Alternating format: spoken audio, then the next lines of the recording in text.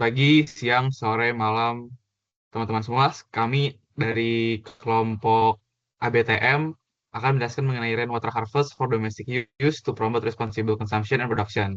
Perkenalkan, kami Evan Julius Antoni Manurung, Ryan Rafaeli Mukti, Evert, Hendrik Marasiuta Barat, dan Fritz Tarigan.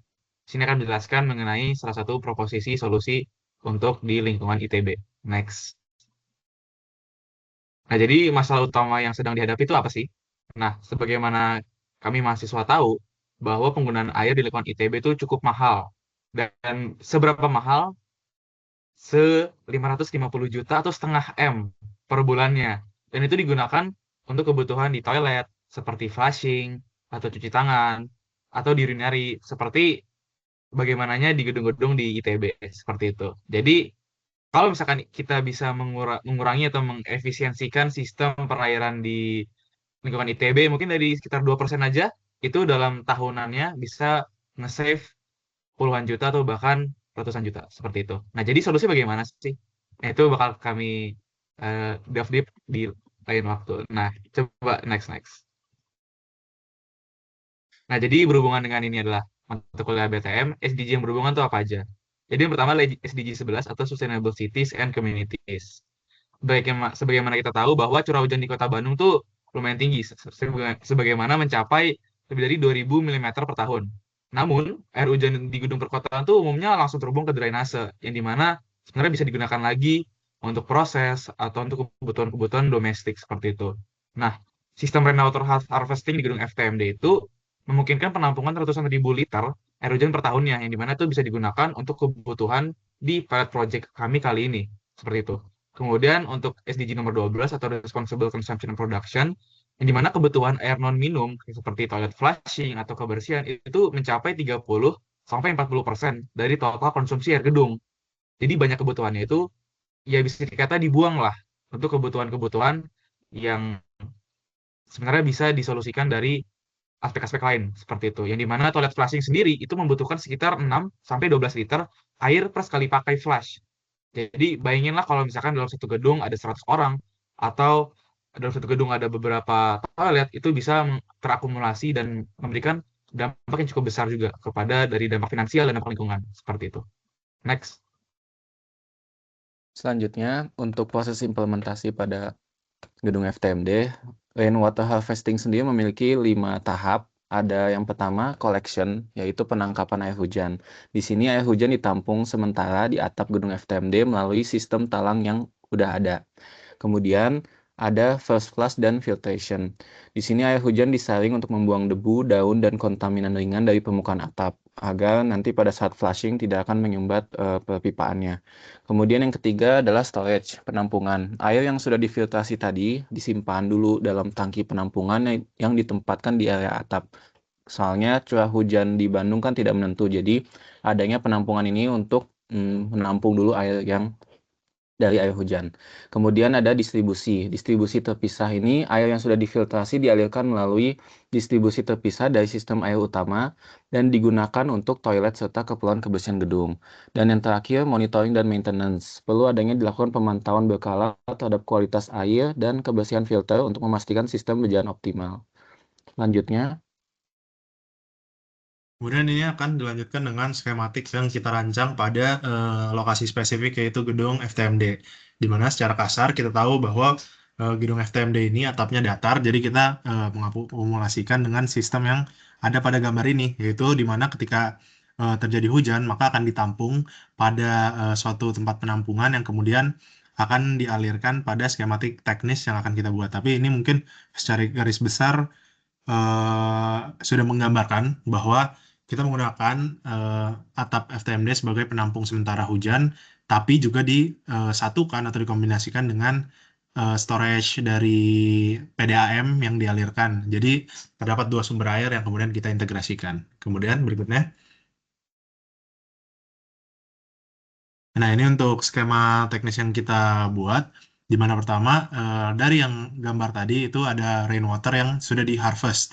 Kemudian kita akan melalui airnya itu, melalui dengan pump, untuk dilakukan filtrasi. Karena kami rasa akan lebih baik dan lebih bijak jika kita menggunakan tahapan filtrasi untuk bisa mendapatkan eh, sanitasi yang lebih baik untuk air yang digunakan di lingkungan FTMD.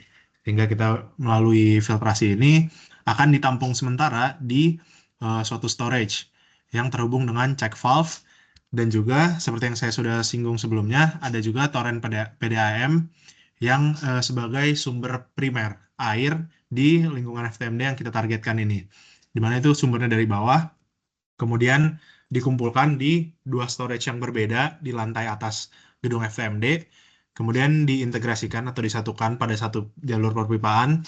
Nah, itu kita menggunakan level sensor di bagian storage untuk yang rainwater yang udah difiltrasi. Dimana ketika eh, air yang ditampung, yang sudah difiltrasi itu melebihi level sensor, maka otomatis check valve akan terbuka sehingga jumlah aliran air akan utamanya dari si yang storage yang air yang sudah difiltrasi tersebut. Tapi kalau misalnya curah hujannya rendah atau tidak terjadi hujan dan storage-nya sudah terpakai, otomatis level ketinggian dari air yang ada di storage filtrasi tentu akan sangat rendah. Dan ketika melewati batas sensor tertentu, dia kemudian akan menutup si check valve itu, sehingga kita akan menggunakan saluran utama yang berasal dari PDAM saja. Nah, ketika sistem itu sudah terintegrasi, artinya kan kita sudah mengurangi eh, penggunaan air dari PDAM ini sendiri, dan itu sebagai target kita yang sudah diutamakan, yaitu di gedung FTMD, yaitu di toilet-toilet yang ada di lantai 4, lantai 3, lantai 2, dan lantai 1 dengan spesifikasi yang sudah ada tertulis di gambar ini, yaitu seperti jumlah urinoir, toilet, dan juga faucetnya atau wastafelnya.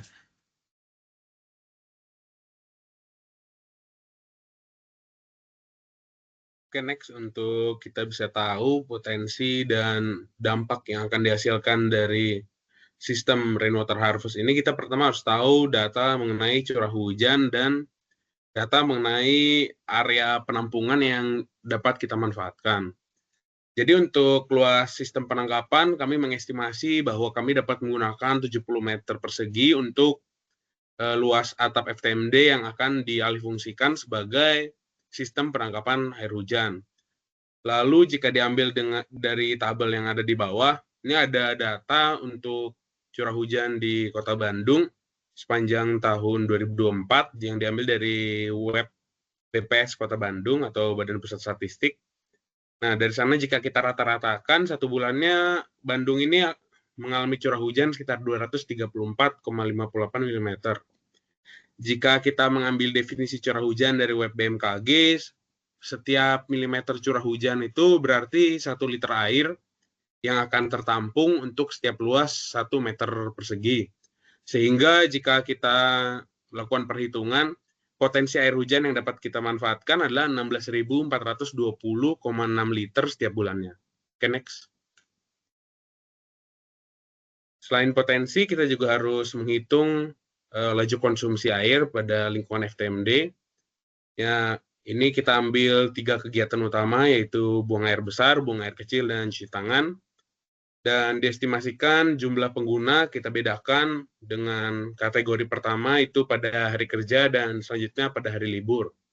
Pada hari kerja diestimasikan ada 40 orang buang air besar, 500 orang buang air kecil, dan 600 orang cuci tangan. Pada hari libur, kami mengestimasikan ada 5 orang yang buang air besar, 100 orang buang air kecil, dan 150 orang cuci tangan. Lalu untuk konsumsi penggunaan air pada setiap kegiatan itu sebenarnya bervariasi kepada setiap tipe toilet dan tingkat penggunaan pada saat kegiatan tersebut, seperti seberapa lama tombol ditekan. Namun kami mengambil estimasi rata-rata itu 7,5 liter untuk setiap kali buang air besar, 2,5 liter air untuk setiap buang air kecil, dan 0,5 liter air untuk setiap kali ada yang cuci tangan.